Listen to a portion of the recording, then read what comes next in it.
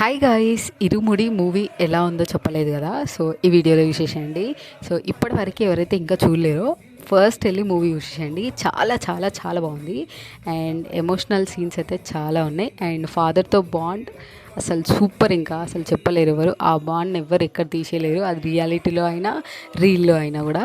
So అంత బాగుంది. And ఈ సాంగ్స్ అయితే ఇంకా వేరే లెవెల్. ఖచ్చితంగా సినిమా చూడండి.